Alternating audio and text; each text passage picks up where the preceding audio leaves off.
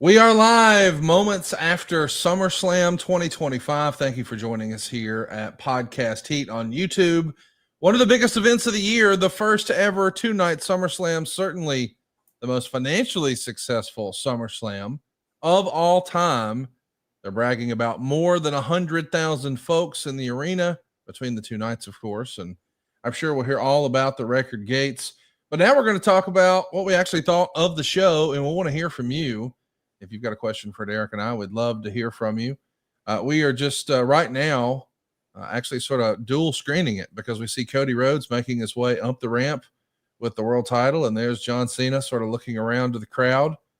What do you think of the main event tonight, Derek? I thought it was the match it should have been at WrestleMania.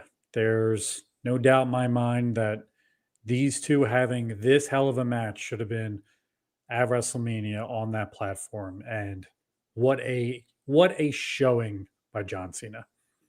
Yeah, especially when you see, I think most of us watched WWE Unreal, and he was sort of half joking, saying that, hey, I wish I could do this forever. I used to pay to do this, but I just physically can't. And he even made a reference to, you're getting old and doing this hurts your SI joint. So we know he's hurting. He's made all the appearances, and we should mention, the schedule these days is nothing like the schedule was when he was first given the mantle 20 years ago. So he worked all the house shows, he worked all the live events, he worked all the media, and I don't think it's a secret. I mean, he has obviously used some PEDs and packed on a lot of muscle for his frame. And oh my gosh, what's happening right now as we are talking? What? Brock Lesnar is back, ladies and gentlemen. Yes, he is. So, holy shit, Michael Cole says. We got to kill the audio there so we don't get in trouble. Hey, we knew something big was going to happen last night when we heard from Triple H, hey, wait till tomorrow. You ain't seen nothing yet. And here it is. We've talked about it. We've heard that, he was still on payroll, and there's been lots of discussion about if or when he would be back. And here he is. Man, what a reveal. What a surprise. They're finishing both nights, Derek, with big surprises. Of course, we'll talk about night one surprise, but Brock Lesnar back in real time as it's happening. What are your thoughts, Derek?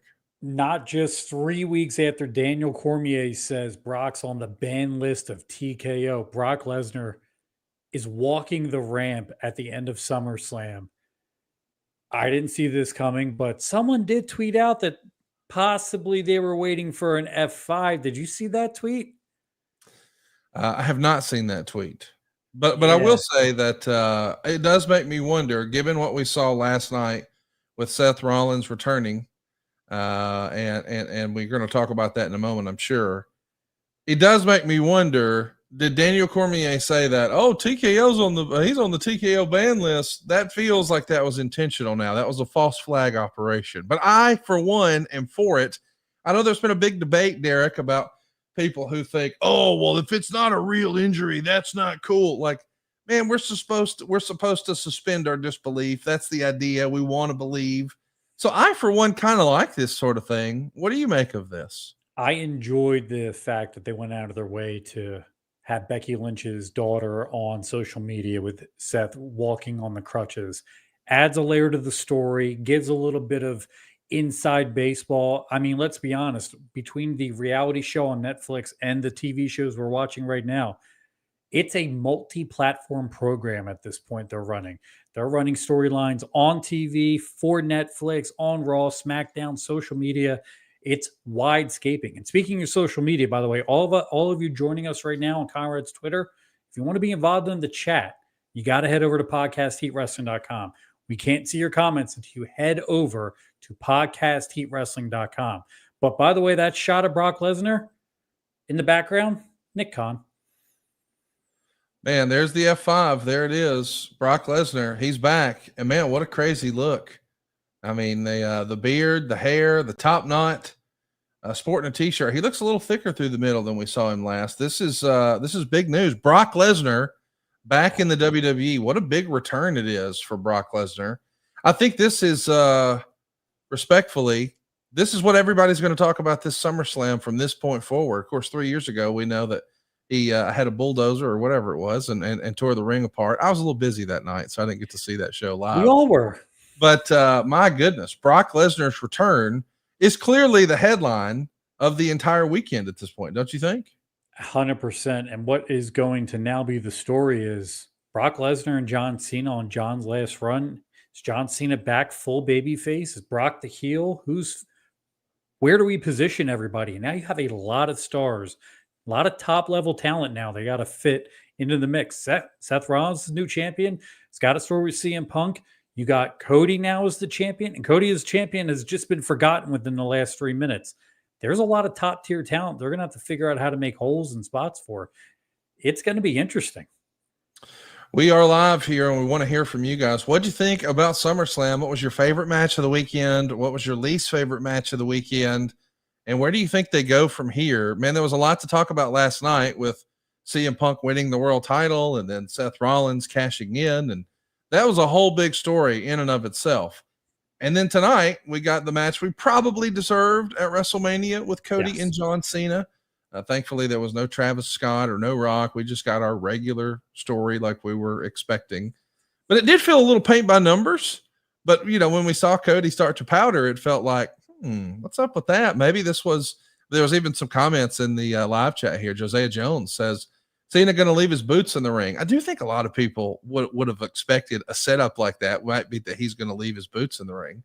But we didn't see that happen. Instead, we saw somehow, some way, Brock Lesnar back. Now, this is going to bring about a whole new discourse about should he be back with, you know, him being named in certain documents and lawsuits last year.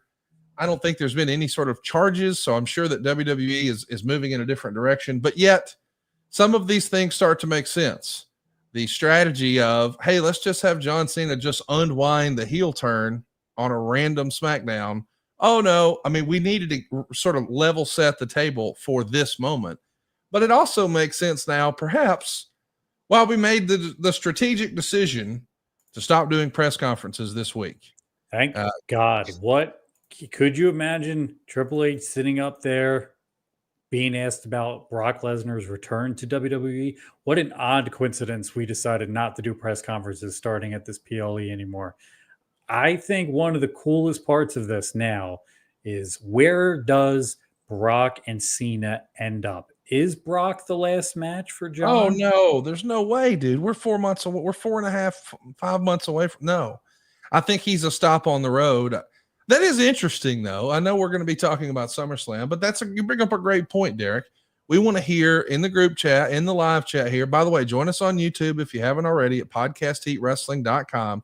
If you're watching on one of the social platforms, the only way we'll see your comments is if you go to podcastheatwrestling.com. By the way, it's totally free. It's just YouTube.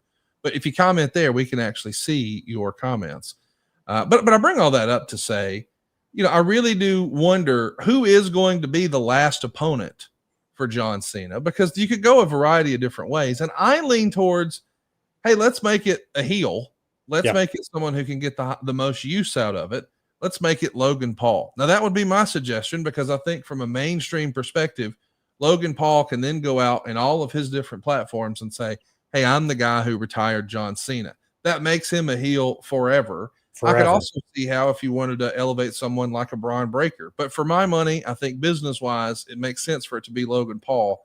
Who do you guys think that should be John Cena's last opponent? Derek, let's talk about last night. You know, the big story is the ruse of the century, I think is what they're calling it. The whole, is he injured? Is he not? Seth Rollins piece of business. What'd you think? I think at the end of the day, the idea that he purposely hurt his knee to let everyone think he was hurt in his match with LA Knight, it's a hard creative point to get past, but no one remembers it besides people like me and you. So really, Seth Rollins now having this heel heat with Breaker, with Heyman, and now he's got Punk lined up. It's back to the drawing board with Rollins and Punk. But my major out of this is now you got two big heaters in Breaker and from Heyman's side of things, and they're going to keep going. And Rollins as champion is going to be the push forward, and I think it's going to be immensely entertaining, as he always is. We want to hear from you guys what you thought about the Seth Rollins ruse of the century. We are live right now at podcastheatwrestling.com. Of course, we are just moments after seeing I think it was the longest match of the weekend, Cody Rhodes and John Cena. 35 minutes. And 42 seconds, according to cagematch.net. I think that is a real testament to John Cena, because John Cena, we know, man, he's hurting for certain.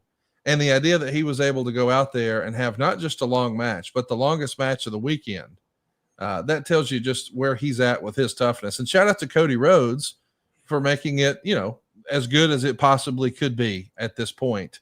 We want to hear what you guys thought. I will tell you the highlight of tonight for me, before we get to the main event, was Dominic Mysterio and AJ Styles. I don't know why I loved AJ so much, coming out in the lowrider and having the Eddie Guerrero inspired gear and the Eddie spot. I love that homage, the way that AJ was able to incorporate Eddie Guerrero, and what a star Dominic Mysterio is. I had a lot of fun with that match. I know critically it's not being praised as the best match of the weekend or anything like that, but I don't know. I'm just a sucker for nostalgia. I loved AJ in the homage to Eddie Guerrero. What do you think? I actually thought it was the perfect placement for the match. I thought it was the perfect come down. You had Solo and Jacob Fatu go 12 minutes in front of them in a steel cage match. And then you got Dominic and AJ. It's all story. It's all gaga. And it was all perfect. Nothing missed. Timing was great.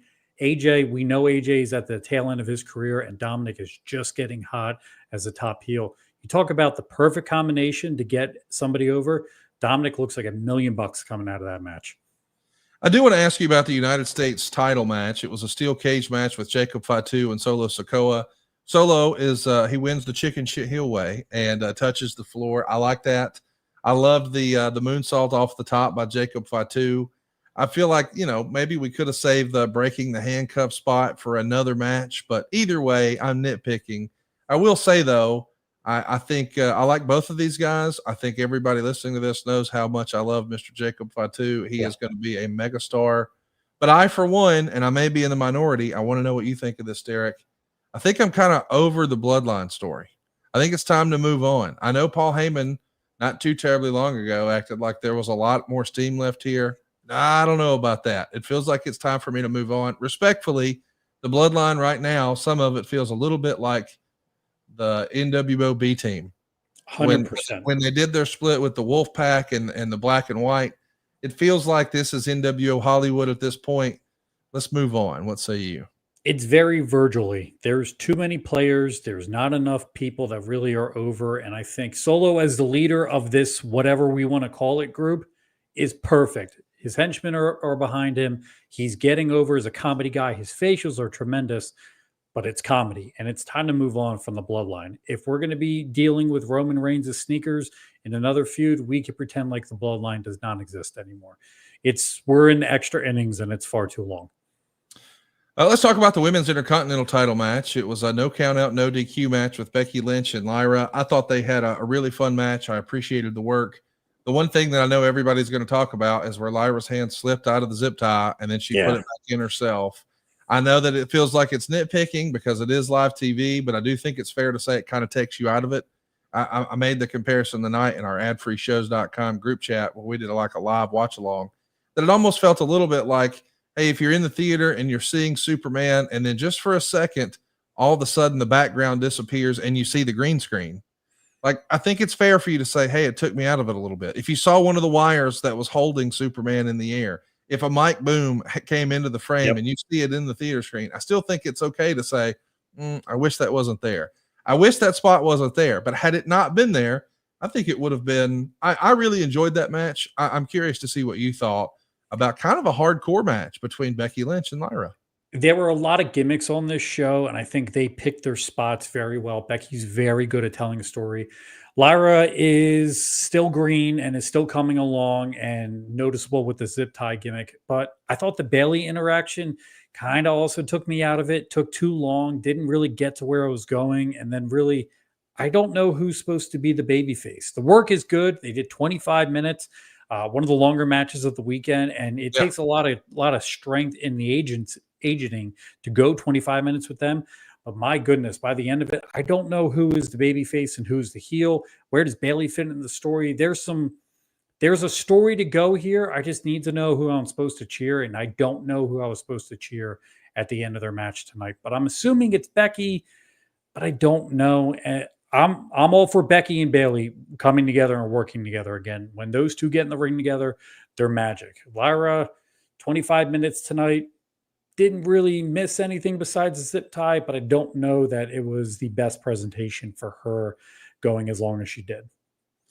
If you look at the way fans are voting over at cagematch.net, which is really the only real immediate response that we have is the polls that are over at cagematch.net, you would see that, it is a show where there's lots of different opinions about what the best match of the weekend is. I say that to say CM Punk and Gunther right now have an 8.67 rating based on fan votes. The believe it or not, the six-pack tables, ladders, and chairs match has an 8.61, and the Cody Rhodes John Cena has an 8.58. Now, obviously, we don't have a lot of votes on tonight. We are going to spend some more time talking about night one, but just with a one-word answer, Derek, do you believe that CM Punk and Gunther had the best match of the weekend? No. Okay, we're going to talk about night one here in a minute, but first, I do want to ask you about what most fans believe was the second best match of the night, or of the weekend, rather, was the tag team titles. Tables, ladders, and chairs. Oh my, I'm a big nostalgia fan. I love that they showed a little bit of love to the Hardy Boys and certainly to the Dudley Boys. I thought that was cool to acknowledge them at ringside. But man, we had a lot of bodies flying everywhere. I saw things I'd never seen before. I'd never seen notches in a Slim Jim table before, but I get it and I'm here for it if it helps with wrestler safety. I enjoyed, I know it took a little criticism online, I enjoyed the gimmicked ladder thing that they did with the DIY crash. I thought it was fun for what it was. If you were looking for a car crash, I think putting it on second is the right spot, and there was a lot of car crashes in it. I have to admit, I'm not a huge fan of the Wyatt Six. It's just not a gimmick that's for me. I felt bad for those guys having to walk out in the daytime. I made this observation on Twitter earlier tonight, Derek, that a daytime show just kind of takes me out of it for certain entrances. Sting and Undertaker come to mind. And certainly the Wyatt Six, I feel like it would be more menacing at night. I mean, those guys coming out in full costume in the daytime feels like, hey, those are the little kids getting started on trick-or-treating a little early. It just didn't hit for me the way it should. But they're great performers. I'm not taking away anything from Joe Gacy and Dexter Lumis. I wish it was something else for those guys. But I thought the match itself, if you were looking for a car crash, it delivered. What'd you think?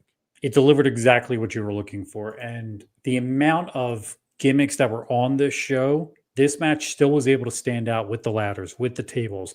It was able to overcome the fact that everybody else used gimmicks after them and everybody else was able to use gimmicks, and it still didn't overshadow what these guys did.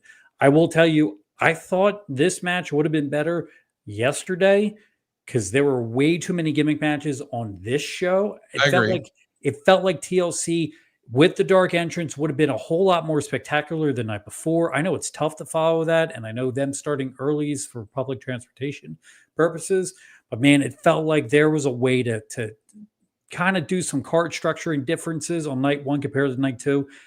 Punk and Gunther was going to get over. The TLC match going right before them could have given you the opportunity to have that dark entrance, could have given you the opportunity to see all these spectacular spots with the lights in the background. I think it would have looked better the night before, but all of them, all 12 guys went out there and busted their ass, and you can't ask for anything more than that. I did want to point out to you that we have a poll right now that's up for the favorite moment of the weekend here on podcastheatwrestling.com. The options are Brock Lesnar's return, Cody Rhodes' win, Seth Rollins cashing in, and the TLC six-pack challenge.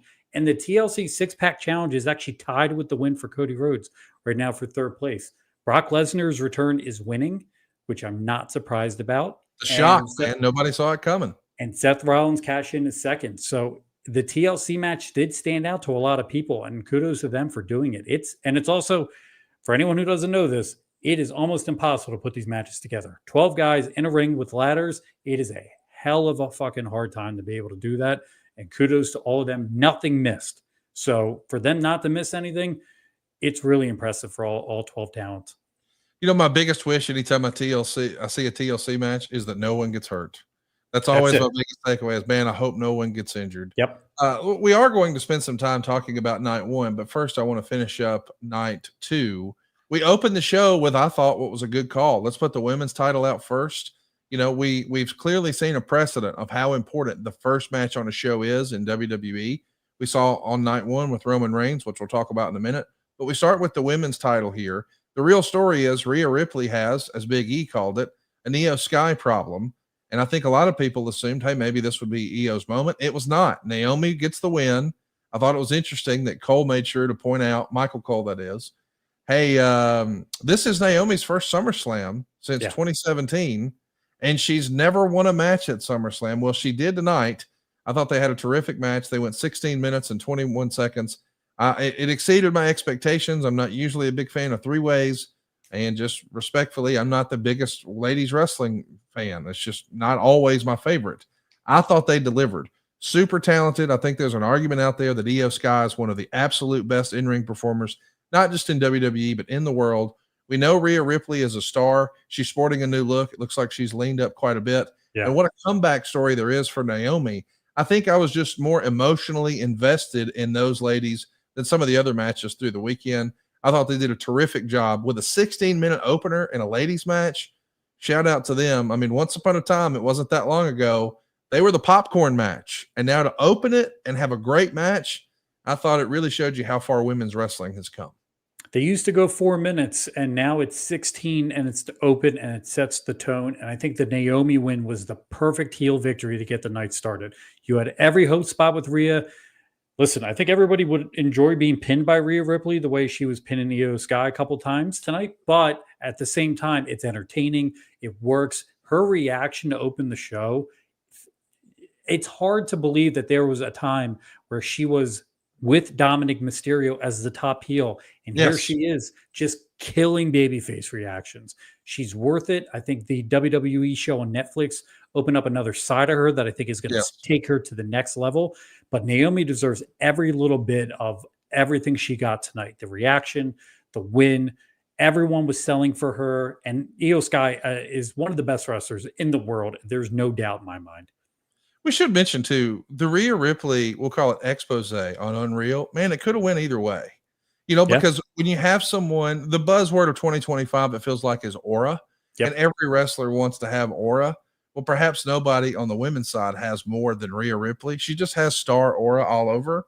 But once upon a time, what made a star have aura is you didn't have a lot of access. You didn't really know much about them. A guy like Prince really did this really well. A guy like the Sheik really did this really well. You never knew what was really going on in their life, and they made rare appearances. So when you did see them, it felt special.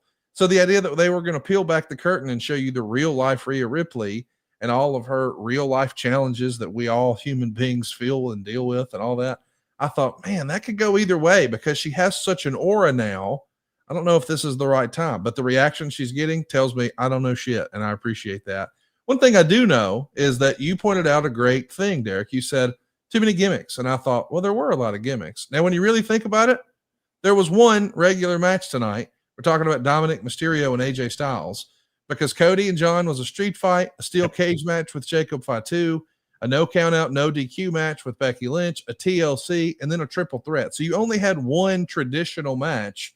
They loaded up night two. Let's talk about night one. The main event is what everybody wants to talk about, of course, and that's CM Punk and Gunther. And I will admit, I was kind of surprised with the reaction for this match online. I thought it was a good match. I didn't think it was a 5-star match. And I saw people saying it was 5 stars. I saw people comparing it to Vader and Ric Flair at Starrcade 93. And I just could not disagree more. I'm not saying it was a bad match. I enjoyed the match. It was a good match, but I just did not put it in those categories.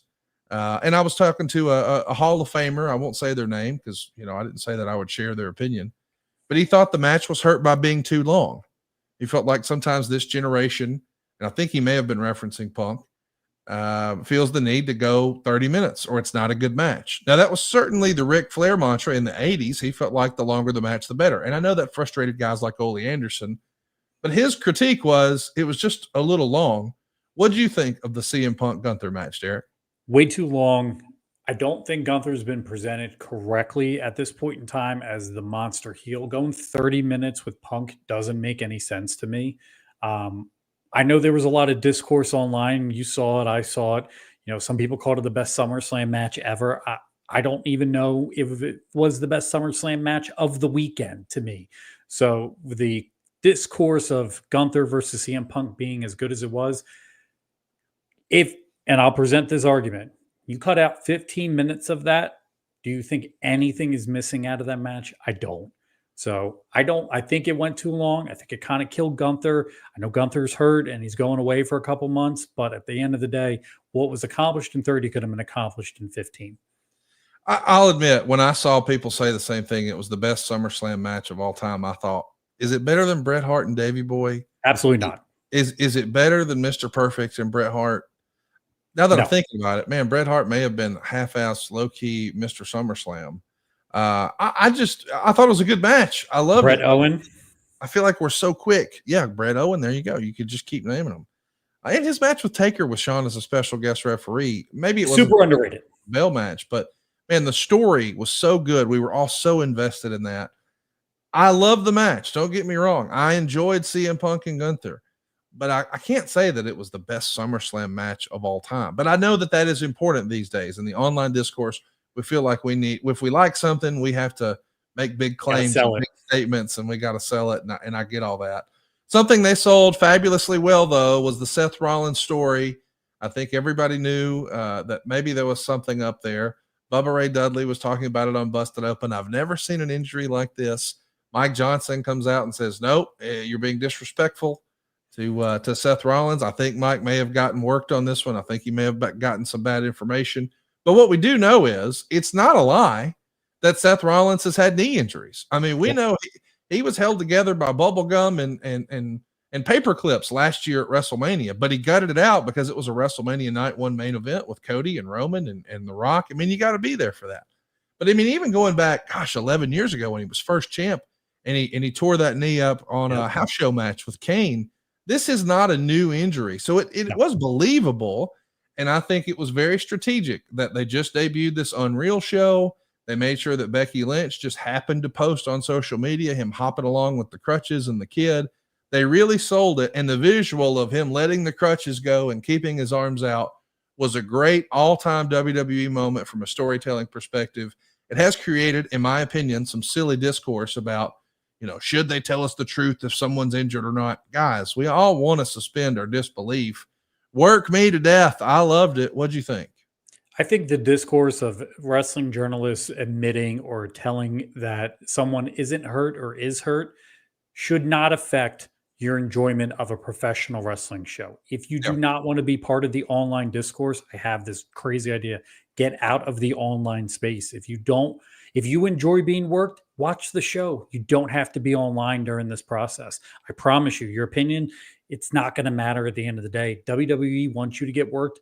They're going to work you. And how they're going to work you is their TV show, their social media, all platforms now, between the show on Netflix, where we literally are watching Bruce Pritchard and Abyss go over Punk and Seth going too long, and Bruce, and I love him to death with the classic line, yeah, it was overwritten. Yeah, it was overproduced. Yeah, it was overtime. It's perfect, Bruce. But this is what the WWE wants right now. They want you to think everything is a part of the show. And that's the whole point of this. Suspend your disbelief. It's okay that if you aren't really sure if it's real or if it's fake, that's fine. But get off the soapbox of being worried about who's reporting if it's real, who's reporting if it's a work. It's okay to suspend your disbelief. Don't look silly. Just shut up and lay out. It's okay. I can't wait for us to talk about Unreal some other time. I'm not going to do that today, but guys, I just want to say it a loud and clear voice. It's a TV show. It's a TV show. We're all watching TV. Don't overthink it. You can consider it reality TV, but if you still believe reality TV in 2025, come on. That's not our topic today, though. Our topic is indeed SummerSlam. We are taking your questions live at podcastheatwrestling.com. If you're on one of our social media platforms watching us, thank you for joining us. But if you want to be a part of the conversation, we're having it on YouTube. So when I'm saying podcastheatwrestling.com, that simply forwards you to our YouTube. It's youtube.com/podcastheat. Purist Wrestling says, question for Conrad, with Brock returning, what match do you like best? 1, Brock versus Braun with Heyman at Mania, or 2, Brock versus Obi Femi at a big PLE. Neither one of those, but I would go, I guess, with Braun, because I do feel like that's what I'm most interested in. We've seen that there is certainly something going on with Paul Heyman and CM Punk, but it feels like it's only a matter of time before there's something with Brock Lesnar and Paul Heyman. Where do you think that goes after John Cena? Or do you think that, hey, Brock's back for just the John Cena story and then he's back out of here? I know you don't have a crystal ball. It's not like we have everybody's contracts in front of us, but what would your best guess be for after John Cena? What is Brock going to do?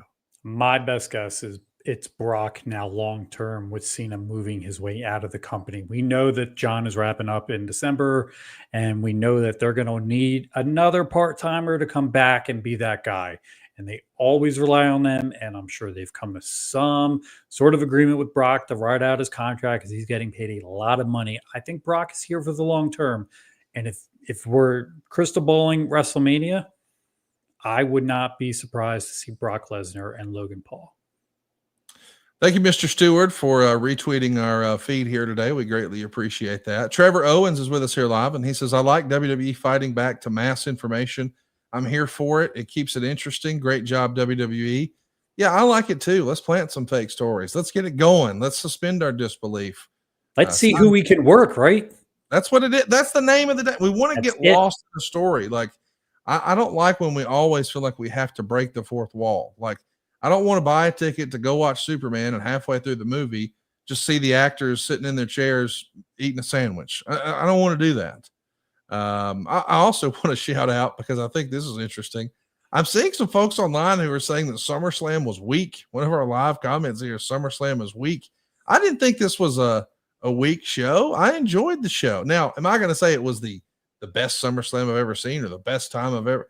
No, it's not the best of all time, but man, it more than checked all of the boxes. And I think that the big surprises to finish night one and to finish night two are what people are going to be talking about. And that's what they'll remember. That's the lasting impression. If you've ever been to an optometrist, you know what I'm talking about. They do better one, better two. Well, they do that enough to fool you, because you're in your mind, what you're going to remember most fondly and most vividly is the last thing. So that's the last impression, night one and night two. And we want to hear from you guys. What did you think? Was SummerSlam week? Where did you rank it? Want to give a shout out to the Blue Meanie. He's with us here, or one of our staples over at adfreeshows.com. He says, overall, I enjoyed SummerSlam. The Seth reveal was my favorite moment. I love when I can still get worked. Amen to that, brother. We're singing from the same hymn book here. Let's run through some of the other matches from night one. Of course, from a mainstream, no match got more attention than Drew McIntyre teaming with Logan Paul to take on Jelly Roll and Randy Orton. I have to admit, I was surprised it went 17 minutes. I don't know what people expected from Jelly Roll's first match, but hey, for it to be his first match, shout out to him. I mean, listen, not a lot of people are going to be in a spot where they're going to have their first match at SummerSlam in front of 50,000 people right after they've lost over 200 pounds and probably with very little training. So I don't know what people expected, but I thought it was more than passable. I didn't think WWE always did him the best service by showing him getting ready for the big bumps. Yeah. I feel like they were used to shooting traditional wrestlers. And when he knows exactly what's going to happen and when it's going to happen, you can see him scooting himself into position, adjusting his shirt, bracing his arms. So he's getting ready for it. He's trying to do what he's been told, and I appreciate all that. But I think the WWE production maybe could have helped him a little bit by not showing all of that. But either way, when you've got influencers with the right amount of reach like Jelly Roll and Logan Paul, this is exactly what they were looking for. This is sports entertainment.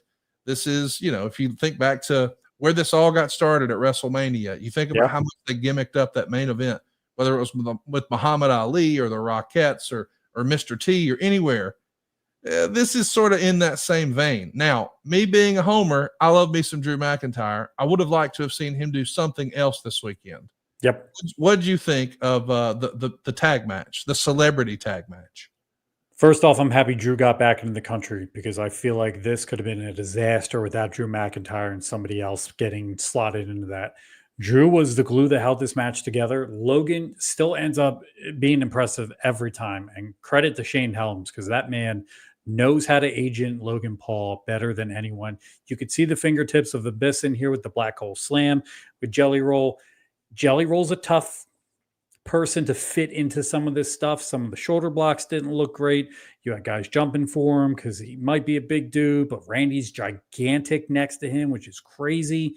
But for what it was, it's not D'Angelo Williams, but it made sense, and it's going to do what the WWE wants right now. Let's create all these viral moments, and everything's going to trend. I mean, I already saw the Logan Paul frog splash to Jelly Roll trending on Twitter and TikTok already today. Yeah. So it achieves exactly what it's looking to achieve. I do want to talk about some of the other matches, but I want to mention Jeff Pollard, who's with us here live. He says, do you think WWE is confident that Brock has been or will be cleared in the Vince allegations? The answer is yes, Jeff. Either they think he'll be cleared or they don't care. And to be clear, when we're saying cleared, he's not been criminally charged with anything. No. So just because someone sues you and alleges something, I mean, even if you were to really talk about what he was guilty of, and that's not what we're here to do, I don't know that that would affect his ability to work a WWE match. Respectfully, if we were only going to allow people into professional wrestling who had an absolute squeaky clean life and they have never made a mistake or had a misstep or whatever, I don't think we'd have very many matches. So no. There are no perfect people. I don't know what happened. I don't really care what happened. That's not what we're here to talk about. But the question was, do you think WWE is confident that Brock Lesnar will be cleared? Yeah. I don't think they have a concern, or he wouldn't have been out there, right?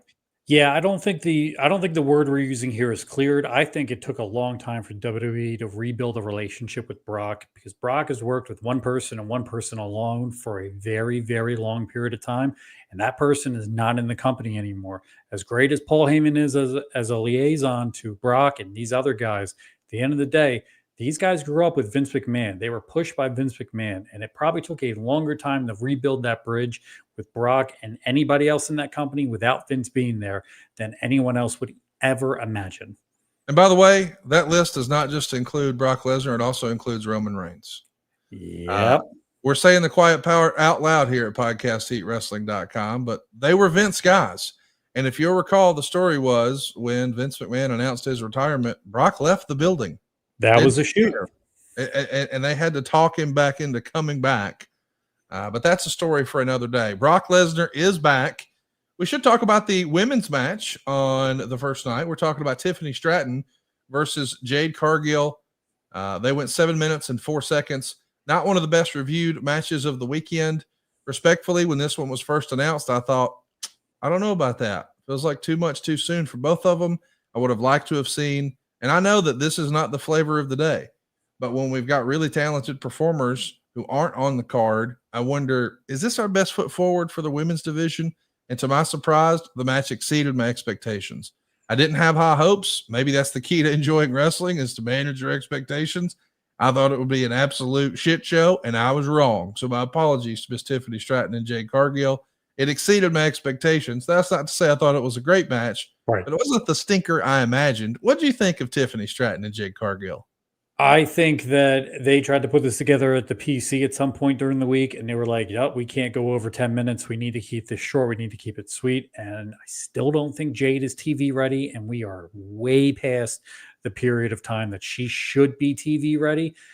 Tiffany, with someone like Charlotte in there, passes with flying colors. Someone with Jade, it's a rough day at the office for both of them. Even with the finish of Jade having to put Tiffany's foot on the rope to make sure that they were in position correctly, just shows this should have been something that might have been on TV instead of a PLE. But you're absolutely correct. I expected it to be worse. So kudos to them for it not being worse. I know that sounds awful, but just respectfully, Jade Cargill, we still talk about her like she's a newcomer, but she's been around for years and years and years at this point. And Tiffany Stratton, we've seen her have really great matches with really experienced performers, and we've seen her have not great matches without really experienced performers. And to be fair, both of these ladies have come into wrestling in this new era where there are no house shows. So there's not really an opportunity for them to get the reps and really hone their craft in. So I was pleasantly surprised with both. I would have liked to have seen some other folks on the card instead, but I have my fingers crossed for both, because I think we all agree Jade Cargill, we talked about the word aura earlier. She has it. Yep. And as a friend of ours used to say back when he did podcasts, and then the bell rang. That's been the story for a while for Jade. But I hope that she can continue to pull it together and that we can find her highest and best use in wrestling. I don't think we found it yet, but she is a star. We've just got to figure out how to best showcase her. And respectfully, that's not her fault.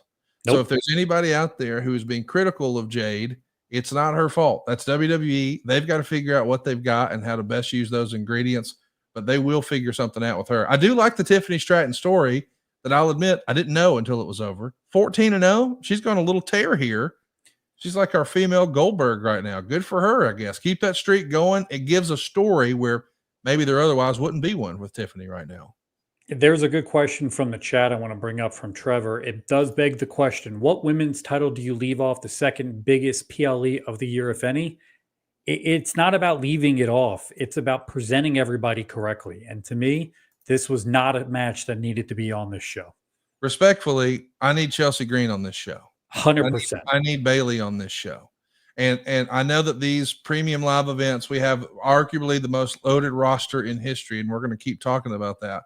But I do think I would have adjusted a few matches. Now, I get not everybody can be on every card. I do get that because we have such a loaded roster. But I think with all the momentum that Chelsea Green has had, for her not to be on this show, it was a glaring hole for me. Somebody who was on this show that a lot of people wondered, is this his last show, is Karrion Kross. He went out on a Shield against Sami Zayn. Respectfully, it's the worst reviewed match of the weekend. For whatever reason, the internet wrestling community feels like they have by and large voted, and they do not love Karrion Kross's work. I, for one, can tell you that the real life Kevin is a hell of a guy. I love his stuff. I think he is a fantastic human being, and I'm a big fan of him personally. And I am curious where this story goes, because we hear he's selling merch and his great promos. Like, I don't know what it is, but I feel like he may be the male equivalent of Jade Cargill, where we know there's something there. We got something, but we just haven't figured out how to best showcase it. I don't know that the match with Sammy was necessarily it, but I really do hope that this isn't the end for him. Listen, I don't think I'm betraying any confidences. You're pretty tight with Dave Meltzer and the Wrestling Observer. Have you heard anything? Do you think Karrion Kross sticks with WWE? Does he wind up doing something with TNA? Does he try his hand with AAA, which is obviously owned by WWE? Is there a chance he goes to Japan, or is he re-signing with WWE? What do you expect for Karrion Kross? I don't think this is the last time we've seen Karrion Kross on WWE TV. I know that he is one of the people that Hunter believes in, and the reactions show that they believe in him. I just don't know that they know how to book him, and I think that's his hardest part. He's very good on the microphone. He knows how to talk. He was an NXT champion. He has the tools. He has the look. Are they not satisfied with his work? Is that the issue? You put him on SummerSlam with Sami Zayn, and Sami Zayn doesn't really have a bad match all that often, and they weren't great. Is it story-based? There's something with him. It's just, I don't know that they've still been able to find it, and we are 3 years into them trying to find something for him, and it still hasn't clicked. I don't know if he needs a heater. I don't know what it is, but there's something. It's just somebody's got to find the right painted coat. I love you for that. Can I mention, here's my idea. And again, what the hell do I know about wrestling? He should be in a tag team. Yeah. Get him in a tag team with for lack of a better word, a worker bee, and let him be the Robert Gibson who can cut a hell of a promo. Yep. If he's going to be the power guy who's going to tag in and kick ass, and you've got another guy who can fly around and do all the mechanical stuff. But man, what a great promo. What a presence. I think his highest and best use is in making people care. And then they want to see him get his ass kicked, but he has, use a Freebird thing. He needs a Buddy Roberts. Yeah. Karrion Kross might be this generation's Michael Hayes. We've just got to find him a Buddy Roberts. You know he's going to love you for that, right? Well, that's not a bad thing, is it? No, he's going to love you for that. It's the perfect comparison. Michael was not the best worker in the ring. But he drew money, and everybody knew it. Yes. Everybody. So that's my thing is I feel like when the internet wrestling community by and large is critical of his in-ring work, I'm like, who cares? Like, respectfully, one of the GOATs just passed away, and his in-ring work was not always the best, but he knew how to draw money. And I'm saying with Karrion Kross in this new era, maybe we just got to find him his Buddy Roberts. As you take a look around the WWE, is there an underutilized talent that you think could pair with Karrion Kross? Who could be his Buddy Roberts? We want to hear from you. If you're watching us here live at podcastheatwrestling.com. We're live on YouTube. That's youtube.com/podcast heat. Tell us, who do you think could be the Buddy Roberts to Karrion Kross's Michael Hayes? Let's talk about the tag title match. Go ahead. I'm sorry. You got to look at this comment that the Blue Meanie just dropped on us. Karrion Kross's loss was the main thing that disappointed me this weekend. So when you got Meanie saying this was a disappointment, there's something there. It just has to be put together. There is a solution. We've just got to find it. And because, I mean, what a nice guy and what a great character and what a great locker room guy. And by the way, Michael Berry Sr. saying, why not Sami Zayn? I don't know that necessarily works for Sami. I guess it could. Maybe that's where this story's headed. Yeah. But my preference would be that we elevate someone who's on the bench right now who's not doing anything at all. And there's lots of great talent in WWE that they could call up to do that. You know, Tony D'Angelo just got whacked on NXT, and Ash Perez brings up Tony D'Angelo. He's a guy who can bump and who can work. That might be a combination there that will fit. That's not the one I would pick, but not a bad name. Not a bad name at all. Let's talk about the women's tag team title match. It was Alexa Bliss and Charlotte Flair picking up a win over the Judgment Day. We've got a title change, and what a story this is, I feel like, for Charlotte Flair. Granted, I'm a homer, but I loved when Triple H in the presser last night, I guess it's not a presser anymore, in the post-show said, hey, 4 weeks ago, Charlotte Flair was one of the most hated names on our WWE roster, and now she's getting huge reactions. And I know that they're going to say some of that is the pairing with Alexa Bliss and their story. And I do think they've done a fabulous job with that storyline. But maybe it's just me, but I do feel like a big part of the reason that the fans have joined her is that Players Tribune article. Yep. Very rarely does someone put themselves out there in such a big way. And I mean, the idea that I would have said 2 months ago, Charlotte Flair is going to be one of the bigger baby faces in WWE, people would have thought it was the craziest idea of all time. And I think she kind of manifested it just by sharing her real story. And if you recall, when the whole Tiffany thing happened, there was a whole lot of chatter online about, oh, F her. She talked about it in an interview. She deserves it if she can't take the heat. Then you see on Unreal, wait, that really was an ambush. That really wasn't scripted. That really wasn't a shoot. And so when you really understand some of that, I think context is king. People they've fallen more in love with Charlotte Flair as they've learned more about Ashley Flair. What do you think about that, Derek? 100%. And you watch her in the backstage show on Netflix right now, talking about the ups and downs and the anxiety and life and all this. It gives you she's not Ric Flair's daughter at that point. She's Ashley. And this is the real concern she has. I heard 2 months ago that the goal was Charlotte versus Alexa at SummerSlam. And the connection that those two got immediately, it's not just that everybody in the crowd felt it, everybody in the office felt it. You saw something real with those two. Doesn't matter if they're real life friends or not, but you could see the on-screen chemistry with each other. And that's something you want to believe in. It doesn't matter at the end of the day if Ashley is getting along with everybody or nobody in the backstage. Charlotte on TV for the first time in 5 years is now showing a vulnerability that she has never been put in a position to do before. Everything before this, she was the dirtiest player in the game's daughter. She's the 13-time world champion. And now all of a sudden it's like, hey, she can be a babyface. We know she can be a babyface. Let's present her as one. Who knew when the Rumble happened that Alexa Bliss would be one of the top babyfaces in her return? Everybody thought she'd be stuck with the Wyatt Six, and thank God that didn't happen. And now you look at them, they're a great tag team together, in ring and on the microphone, doing promos, and they're easy to get behind. I thought it was fantastic. Another WWE Hall of Famer, a different guy than the one I referenced earlier, went out of his way to text me after that match, and he said, MIO, the WWE Women's Division is Charlotte Flair and others. 100%. And she showed you, her range, and we're getting a lot of really positive comments here. Jeff Pollard says Charlotte has really connected as a babyface. Charlotte is more real and genuine than her character has ever been. That's why she's connected with the crowd. I totally agree, and I think that's a challenge. We've heard guys like Bruce Pritchard say before, "Oh, he was playing wrestler." Now, I'm not suggesting that that's what Charlotte was doing, but I am saying Ashley was playing Charlotte, and I feel like after the Players Tribune thing, for the first time, Charlotte got cheers for Ashley. Yep. What an interesting thing that we've all fallen in love with. Where it's all the switch. we like the person behind the character. We don't like the character, but we like the person behind the character, so we're going to cheer for them. I don't think that happens in almost any other form of entertainment. And it's one of the reasons we love WWE and just professional wrestling so much. Oh, and by the way, shout out to Charlotte for hooking my kid up with good seats today. I really appreciate that. Whoa, wait a minute. She was at the show? Oh, yeah, dude. This is the first time that my daughter Kansas has been to a wrestling show without me. But she was with a friend in New York and wanted to check out the show and said, "Hey, Dad, can you get me tickets?" And I'm like, "I think so." And so sure enough, she was able to get great seats, and it's 100% because of Aunt Charlotte. So I appreciate that.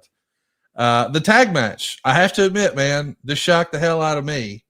Jey Uso and Roman Reigns beat Braun Breaker and Bronson Reed. They went 21 minutes and 4 seconds. Now, that was not shocking, the idea that Roman Reigns and Jey Uso won. But the idea that Roman Reigns opened night one and we didn't see him again. It does feel like, and there's some questions in the live chat. Let me see if I can find it. But it was basically asking, why do you think Roman Reigns has been put on the back burner? This is from the Steakhouse. Why is Roman getting put on the back burner? Listen, you got your ear to the Underground Railroad. What's going on? Why is Roman getting – is it just, hey, we know we're going to showcase Brock and he's coming back, so let's get him out of the way early? Or what do you think was the strategy with – I mean, Roman Reigns, once upon a time, not that long ago, it was unfathomable that he would be the opening match on night one. And to go – and I know some people don't take issue with that and don't really understand it, but let me just ask you this. When Austin was at his hottest – he have been the opening match? Absolutely not. It just would have never happened. Even John Cena, when he was at his hottest, he wouldn't have been in the opening match.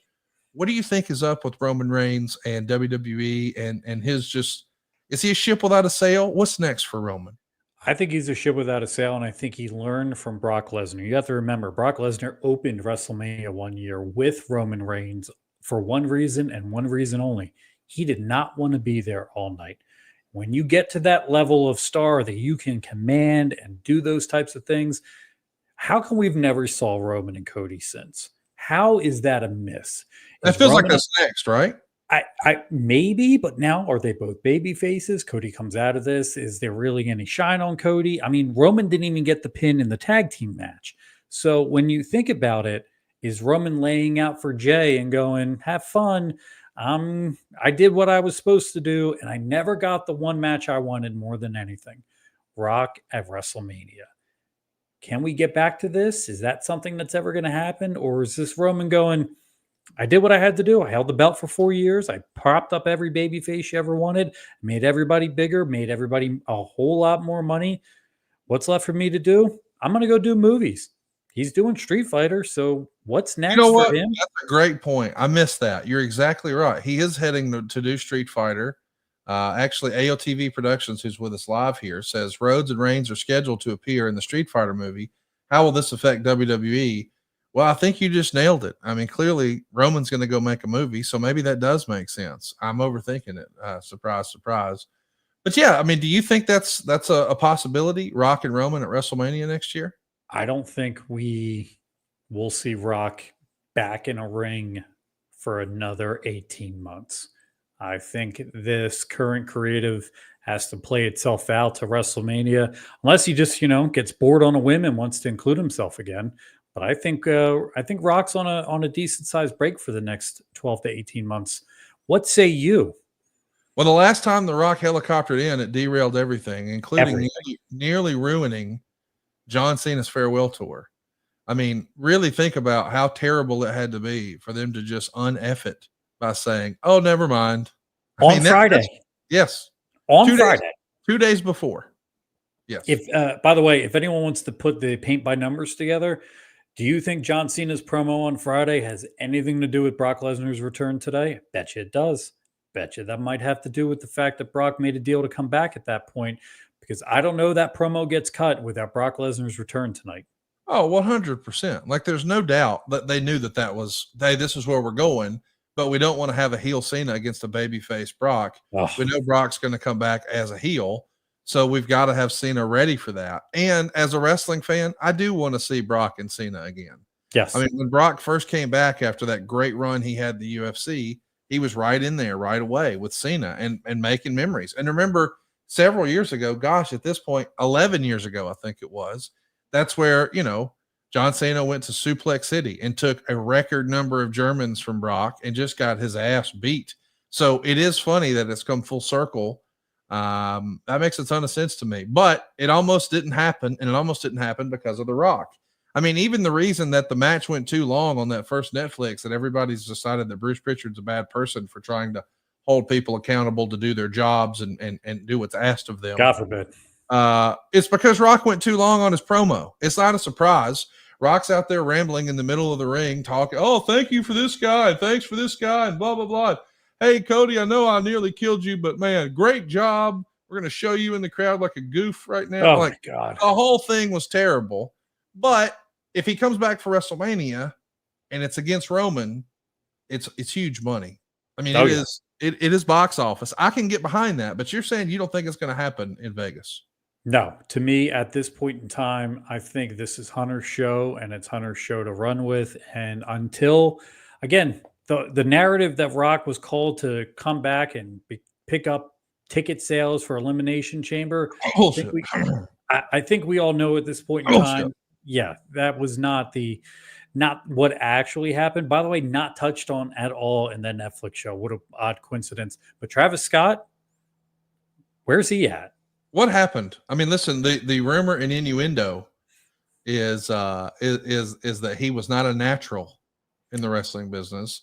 There's more to it than that. What do you know? I know that when you talk about dealing with artists that want to be part of this business, and then you start letting them into the business and then have them start being active in the business, punching people directly in the face, it's not a good jumping off point. Taking 15 minutes to walk the ramp at WrestleMania while your two biggest stars are laying there waiting for you to get there, not good for business. And then when you're asked to do maybe some training, or, hey, we're going to do this and that doesn't work for me, brother, yeah, you're not going to last long. So he got to live his dream. We got to have a WrestleMania derailed, and I guess we'll never see Travis again. Well, I'm not going to say never see him again, but I will say I don't think he was a natural and took to it the way Bad Bunny did, or Pat McAfee did, or not nearly at the level they did. But even Jelly Roll, apparently Jelly Roll took it very, very seriously. I mean, we've heard that Jelly Roll broke his pinky in training. So he's really been working at this, and, I'm happy that he got to make that bucket list thing happen for himself. But Travis Scott, man, it's going to be a trigger for a lot of us for a long time. Cody's my boy, but that was not one of the best WrestleMania main events of all time. And I think if we were to go back and take a look at it and say, what was wrong with it? It was Travis Scott. Now, I understand, like Bobby's with us here live, and he says Travis Scott and WWE never made any sense to me. Bobby, what's your favorite Travis Scott song? Respectfully, you're not the key demo. They're trying to get people who don't normally watch the show to watch the show. For instance, I'm not a Jelly Roll guy at all. And I know, Mr. Cornette has said, oh, Conrad's like Jelly Roll. I get that. Yeah, I'm a big fat guy with a beard, roll tide. But I'm not a Jelly Roll fan. I'm just not. And so I don't have a single Jelly Roll song on my phone, but I know he's a big star. I also don't have any Travis Scott songs on my phone, but I know he's a big star. I'm also not in the Low Gang for Logan Paul, but I know he's a big star. I couldn't tell you one Bad Bunny song, but I know he's a big star. So I get the reason that they're involved, but it doesn't feel like he wanted to put in the work, and he may have accidentally ruined. I got a funny Jelly Roll story for you. Okay. My dad went to a concert for Jelly Roll and Post Malone because he heard one Jelly Roll song and one Post Malone song. And I was like, do you know what you're getting yourself into? And he goes, no. So he goes and he calls me afterwards and he's like, they had tattoos all over their face. Yes. I didn't know more than one song. And I was like, you're not the demo. That's not you. I don't know why you went to that. And that is the perfect synopsis of what happens when you bring celebrities into wrestling. Sometimes it hits, sometimes it doesn't. Does Jelly Roll bring in bring in unknown fans to WWE? Probably not, but it's great publicity for WWE. And the biggest thing is, look how easy we made it for him. And that's what they're looking for. They want to bridge the gap and make it more mainstream, make it, Blue Meanie, I'm going to get to you. They wanted to make it easy for artists, entertainers to cross over into them because it gives them the credibility. That's what they're looking for. Blue Meanie has the best quote of the night. My favorite Travis Scott song is the stop button. Good call, Meanie. Listen, I overall, I got to tell you, Derek, I really enjoyed SummerSlam. I thought it checked all the boxes for what they were looking for. I did think that Michael Cole and Wade Barrett did a great job. Yes. I was used to, or I shouldn't say used to, I kind of expected Corey Graves to be on one of these shows. I miss Corey. I'm a big Corey fan. I felt like Yeah. it was a whole. I would have liked to have seen him. I think Corey is probably the most underrated announcer in the business right now. I don't know if he has accidentally maybe, or maybe it was on purpose, alienated himself. I don't know. I don't have any inside information. Hope not. But if the office is down on him, I just want to say it a loud and clear voice. Corey Graves can make a lot of money in wrestling forever and ever. Amen. But man, I would have loved to have heard his voice. That being said, I'm not taking anything away from Michael Cole and Wade Barrett. I thought they did a great job. The only thing I didn't like in tonight's commentary, and it's a little thing, but there was a spot where somebody took a bump through a table and Michael Cole yelled, "So-and-so is dead." And I appreciate we're trying to sell it and we're turning up the volume. But when Mick Foley took the bump off the cage and JR sold it, that felt like it matched it. But when a guy just takes a rather elementary or, run of the mill table bump, yes, I don't know if I would be yelling "so-and-so is dead," but I'm nitpicking. The dude had 8 hours worth of commentary over the weekend. And there was one call I didn't love. And by the way, one of my favorite new things they're doing is those reaction cams that are at the announcer desk. Yes. Michael Cole does such a fabulous job in that. And by the way, since we're talking about announcers, I love Pat McAfee. Didn't miss him at all tonight. Same. And I think one of the good things they have going right now is they have the ability to mix and match guys. Joe Tessitore was not on the show. He was part of the post show yesterday. I prefer two-man booth. I like the ability sometimes for everyone to lay out and not everybody needs to get their words in, where I think sometimes Pat kind of overcompensates. He hears silence and wants to fill the void. Corey's great at laying out. Wade is tremendous. I think Wade is a super underrated commentator. Doesn't get enough love. Corey should have found a way onto this show tonight. No doubt in my mind. They could have made room for him. I don't know if he's at home dealing with something, because I know his wife is pregnant, so there's always that chance. It might not be a punishment thing. But wait. She made an appearance over the weekend in gear. You sure about that? I don't know. I saw something online, and it was a photo of her, and they said, man, so, I forget her real name, but they said is looking Leah, great. I think it is. And I was like, okay. So anyway, if that's real, I hope everything's cool in the quote unquote Graves household. But yeah, big fan of Corey Graves. I thought he was a missed voice tonight. Would have loved to have seen him on the program. Coach Keith Morrison is with us, and he says, "That's right, Derek. Just like Cardi B being the host of SummerSlam. Why, I ask? Again, she's a big star. She's got a big influence. She wasn't really the host. In my mind, they wanted to do the licensing deal, and they probably wanted to do that where they didn't have to pay for it. I wouldn't be surprised if it was some sort of a trade deal, because it's going to be good for her social, good exposure for the album. You get to attach a celebrity and that you're not really paying for.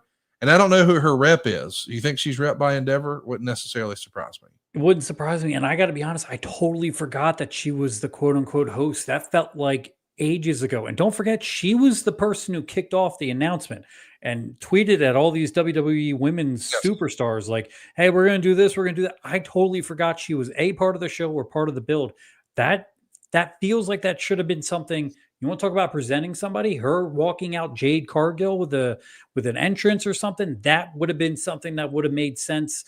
But her to just walk out the first night, just man. Some of these celebrities are harder to deal with than others. I'm not totally surprised that they thought, hey, let's just get this out of the way and get it over with, especially when we've seen when celebrity integrations go bad, like Travis Scott.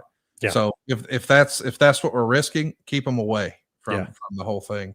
We've gotten the same question 15 times, so I'm going to hit it. We touched on it earlier. I think maybe you missed it, but my thoughts on the insane ladder bump from Candace was great. I mentioned earlier that I like the gimmick ladder. I know I saw some people online clowning it. I, for one, wish that no one would ever be hurt in one of these matches. I'm okay if they fly right through tables that are gimmicked. I'm okay if the ladders are gimmicked and they're breakaway. My goal is not to see people hurt and injured. There's probably a YouTube compilation out there for that. My hope is that these guys can go tell their story and then move on down the road. I consider professional wrestling I know that Cody's daughter Liberty says it's dancing. Dancing would be great because there's very few injuries in dancing. I almost think of it as, hey, it's physical acting. Yep. And I prefer that in physical acting, even the stuntmen, nobody gets hurt. So if that means we're going to use some sort of a wooden ladder, I'm fine with that. Mike wants to know, is there going to be a WWE draft soon? Derek, what do you know, if anything, about the potential of a draft coming up? We are in that time of year, so it wouldn't surprise me if it's somewhat soon. I think September, October is normally the time that they do this, but I got to be honest, does anyone even notice that there's a brand split anymore? Like guys show up on Raw, on SmackDown. I mean, Christ, NXT has more people floating in and out between Evolve and TNA and AAA. I don't. The draft is a gimmick. It doesn't really mean anything at the end of the day. My big question coming out of this show: how do we get to Brock Lesnar and CM Punk and see Brock Lesnar destroy Punk again? Because we know it's coming.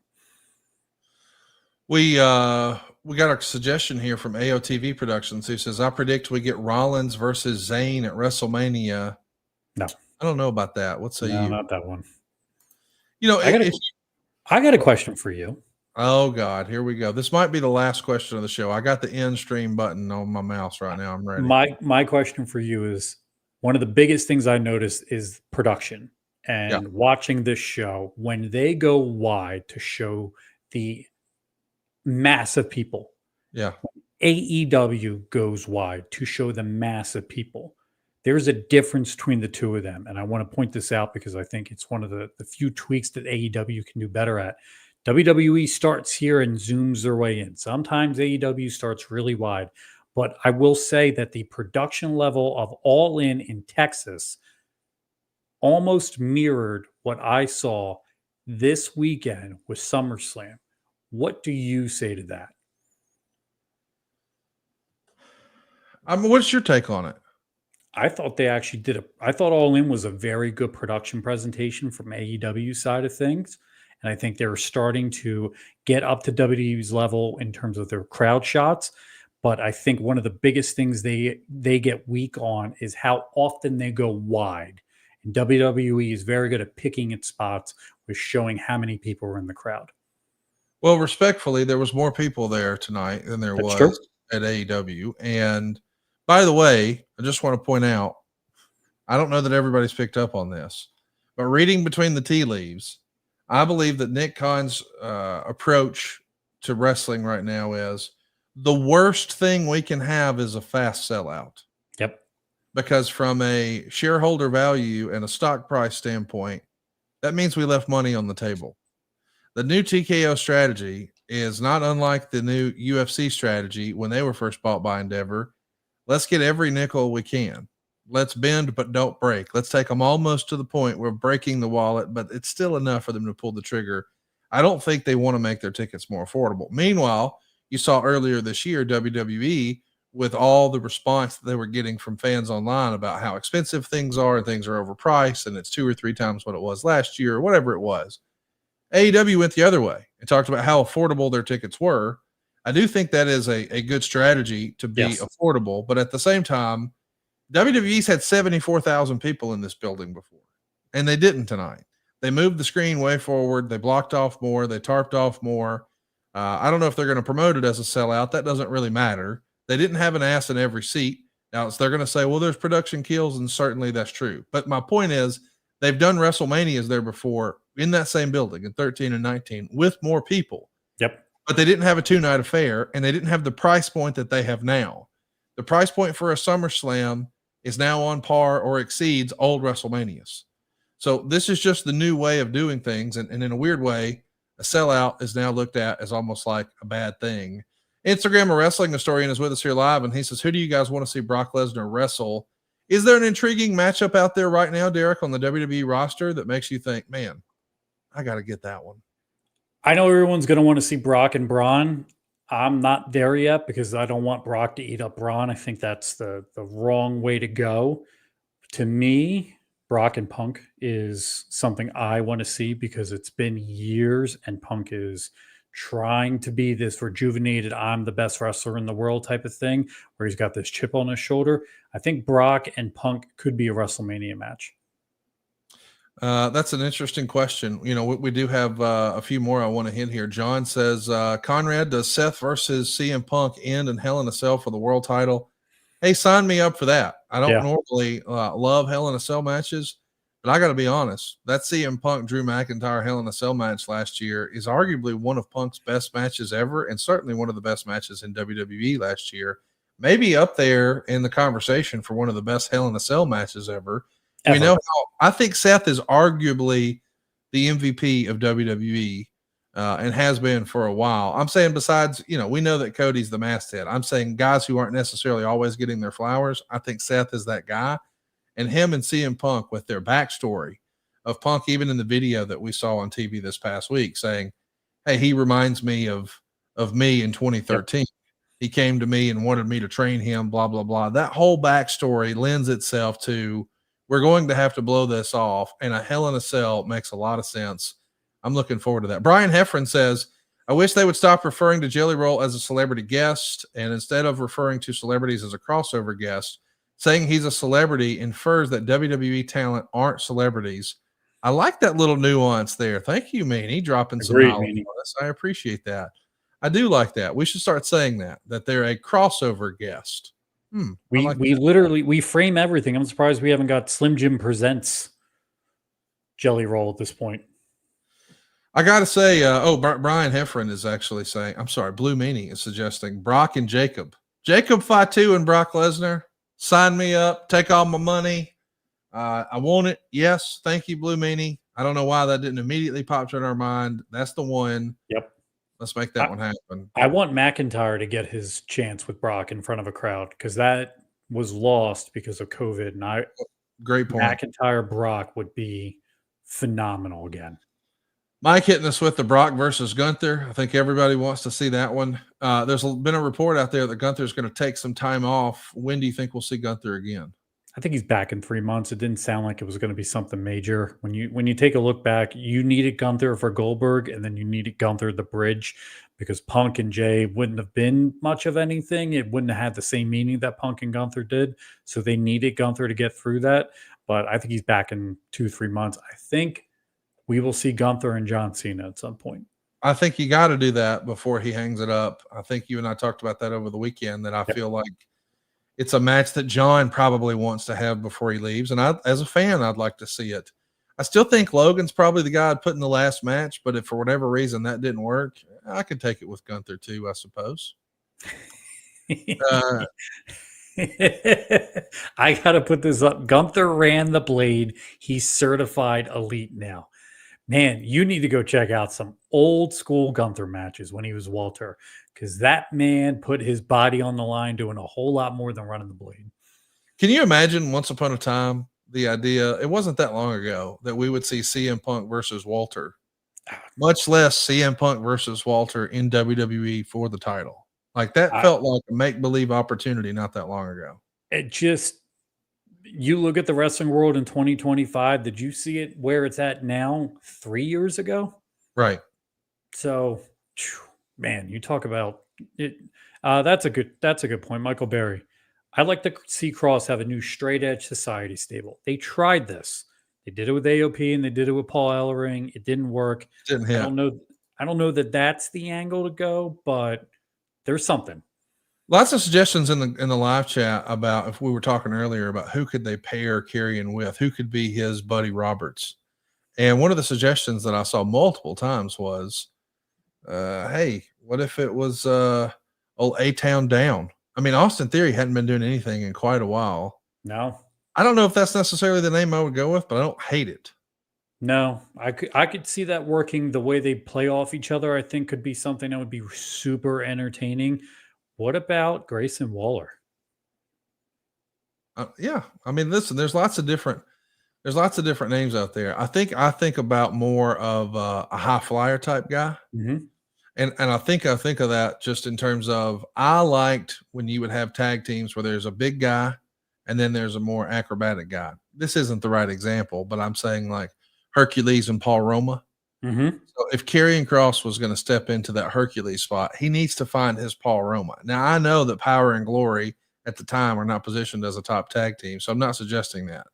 I still think the Freebird analogy is the right one, but I just think in the WWE, landscape, the Freebirds didn't have a bunch of stuff. But we got to find, if we know Karrion is great as Michael Hayes, we got to find that bump machine, somebody who can do it all and take it all and maybe have some spectacular stuff. And I remember like when it was like Owen Hart and the Anvil, and he's flying off the shoulders. I mean, there's lots of little rocket launcher type things that we can do. We'll see. A great suggestion here in the chat, Andre and Haku.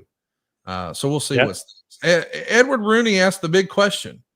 And this has been a question for a while. I mean, even when he won the world title last year, people were curious. Okay, now what? What is next for Cody? What heel is going to get fed to him? When you take a look at the landscape right now, does anything jump out as like an obvious next choice for Cody?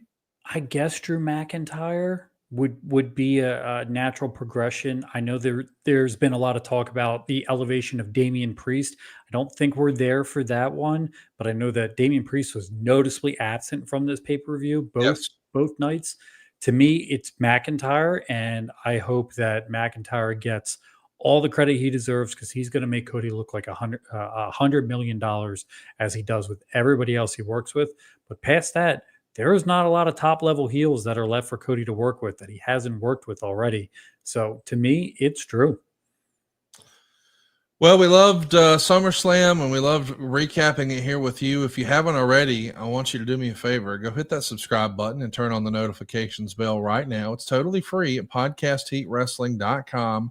Or if you're on YouTube, just look for /podcast heat. That's youtube.com/podcast heat. Hit the subscribe button. But what's most important is hitting the notification bell. You don't want to miss us the next time we're live.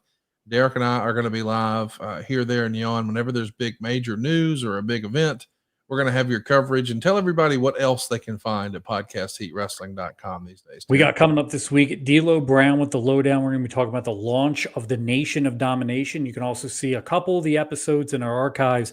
D'Lo breaking down his SummerSlam matches, taking on Val Venus and Jeff Jarrett. We watch it back. We go over it. We talk about Pat Patterson's influence in putting together the Val Venus D'Lo Brown match and how crucial Pat is as an agent. We're also going to have this Thursday, David Zahadi returning back beyond the lens. David Zahadi told an amazing story this past week about the retribution that Vince McMahon and Kevin Dunn did to David Zahadi's father because David decided to go work for TNA. David wrote an amazing open letter to Vince McMahon. It is in the archives. You do not want to miss it. David never got to say goodbye to Vince when he left the company. It is some emotional stuff, one of the most emotional things I've ever seen. And this coming Friday, Todd is Pod is going to have a special guest. Todd is Pod is from the ECW founder, Todd Gordon. We're going to be talking to Francine, former ECW manager. She has a podcast. We're going to be getting into a lot of what she went through at her early times in ECW, joining the company, the ups and downs, the trials and tribulations of being a woman in the craziest locker room in professional wrestling history. All on podcastheatwrestling.com. We also have Massive Heat coming tomorrow. Is today Sunday? Today's Sunday? Today's Sunday, yes, sir. Okay.